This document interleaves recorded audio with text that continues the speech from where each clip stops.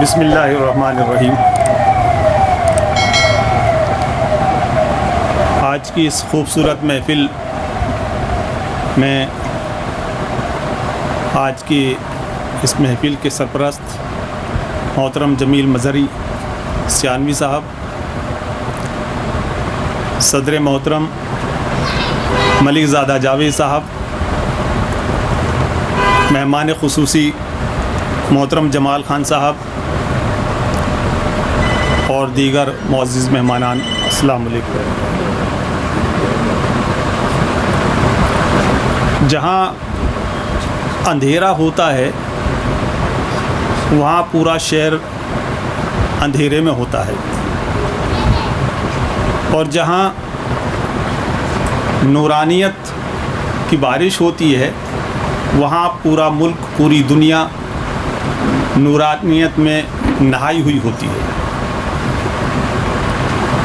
میرا آج پہلی بار یہاں پر آنا ہوا۔ شعری نشست میں تو اکثر کہیں نہ کہیں حاضری ہوتی ہے، لیکن ایک منفرد شعری نشست کا انعقاد ہونا، اس کا پہلا تجربہ میں یہاں دیکھ رہا ہوں۔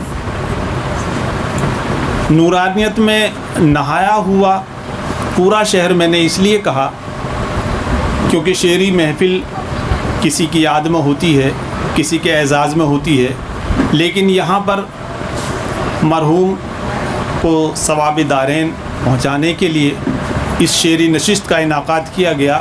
لیکن اس شعری نشست سے پہلے نورانیت یہاں چاروں طرف چھائی ہوئی تھی۔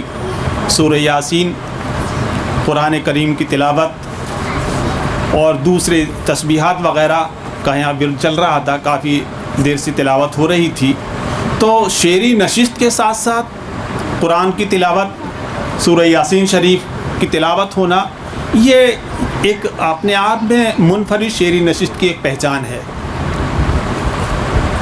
اور اسی لیے مجھے یہاں پر ایک سوال بھی یاد آیا۔ کچھ لوگ اکثر کہتے ہیں کہ شعراء حضرات تو پتہ نہیں کیا کیا کہہ دیتے ہیں، اللہ کو بھی نازیبا گزرتا ہے۔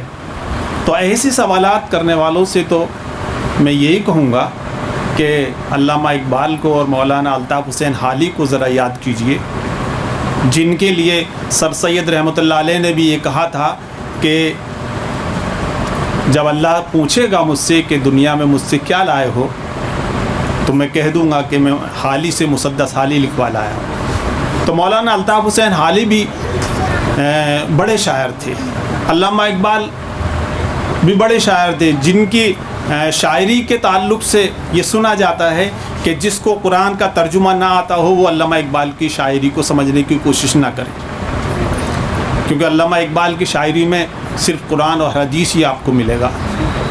تو بہت ہی مبارکباد کے مستحق ہیں فصیح چودھری صاحب کے ایسی منفرد شعری نشست کا انعقاد کیا۔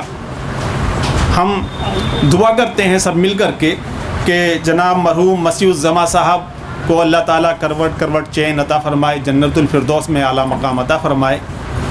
اس کے علاوہ محترم یہ بھی سمجھنا چاہیے کہ جو یہاں آیا ہے اس کو جانا ہے، کل نفس ذائقۃ الموت، لیکن جانے سے پہلے ہمیں اس کا سامان بھی پورا کرنا ہے۔ اور مرحوم مسیح الزماں صاحب نے وہ کام کیا یہاں پر کہ ایسے سپوت یہاں دے کر کے گئے ہیں جو دنیا اور آخرت کی دونوں بھلائیوں کو ساتھ ساتھ لے کر کے چل رہے ہیں۔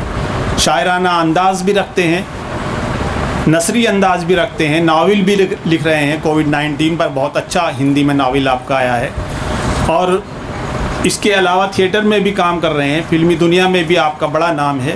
تو نصیب والوں کو ایسی اولاد نصیب ہوتی ہے، اور یہ مسیح الزماں صاحب کو بھی اللہ تعالیٰ اس وقت میں بڑے سکون اور چین میں رکھ رہے ہوں گے، کیونکہ ان کو ایک ایسی لائق اولاد ملی۔